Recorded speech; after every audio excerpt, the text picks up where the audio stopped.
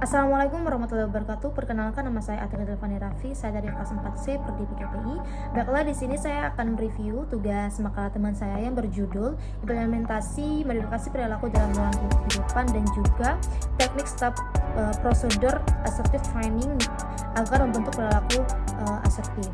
Nah, di sini yang bertujuan untuk memberikan pemahaman terhadap kita apa sih pengertian dari keterampilan sosial, bagaimana sih keterampilan dari assertive training, dan bagaimana kita memperkukuh perilaku asertif tersebut.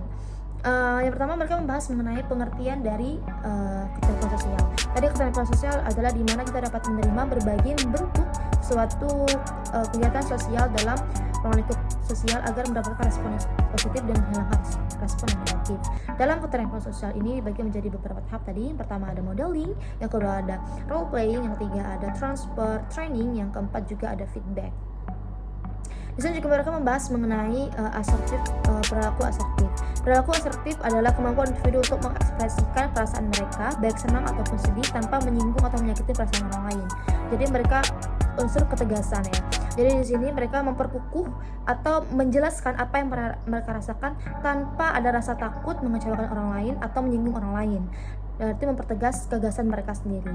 Nah, ciri-ciri dalam individu yang memiliki perilaku asertif ini, yang pertama itu ada menghormati hak-hak orang lain, yang kedua berani mengungkapkan pendapat pribadi, yang ketiga jujur, yang keempat memperhatikan situasi dan kondisi di mana mereka ingin mengekspresikan apa yang mereka rasakan, yang terakhir adalah bahasa tubuh. Nah, ada beberapa faktor juga yang dapat mempengaruhi asertif. Itu pertama jenis kelamin. Nah, dalam jenis kelamin ini biasanya yang lebih tegas dalam melakukan hal atau mempertegas pendapat ataupun kalimat itu laki-laki, karena biasanya laki-laki sudah dilatih sejak kecil ya, karena harus memiliki sifat ketegasan.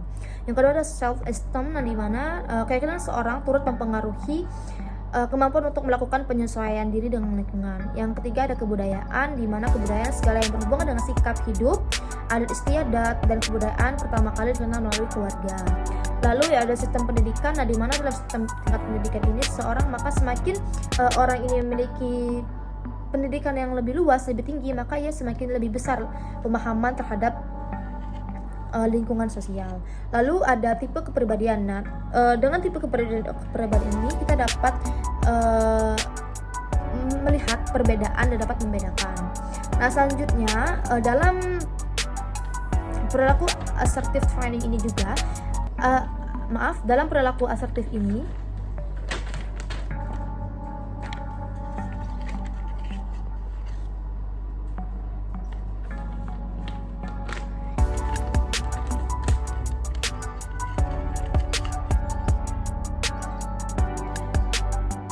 dampak dari perilaku asertif ini, yang pertama, individu tetap mampu mengenali dirinya sendiri, memahami dirinya sendiri tentang kebutuhan, opini, ide-ide dalam dirinya sendiri. Yang kedua, individu mampu mengungkapkan apa yang ingin dia ungkapkan, perasaan sedih, kecewa, marah, kesal, benci, dendam. Dan yang ketiga, individu yang berperilaku asertif lebih mudah untuk memenuhi kebutuhannya. Nah, kebutuhan yang keempat itu ada bertambahnya harga diri dan kepercayaan diri. Yang kelima itu individu mampu mengungkapkan perasaan dan pikirannya secara spontan dan juga jujur. Nah, assertive training ini merupakan latihan yang digunakan untuk mempertegas atau menimbulkan perilaku asertif atau menimbulkan ketegasan dalam diri kita. Nah, ada beberapa tahap yang dapat dilakukan dalam assertive training ini. Yang pertama yaitu role playing. Nah, yang kedua itu ada modeling, yang ketiga ada social reward, dan terakhir ada coaching. Nah, baiklah, kekurangan dari makalah ini yang saya lihat yaitu kurangnya contoh atau manfaat dari keterampilan sosial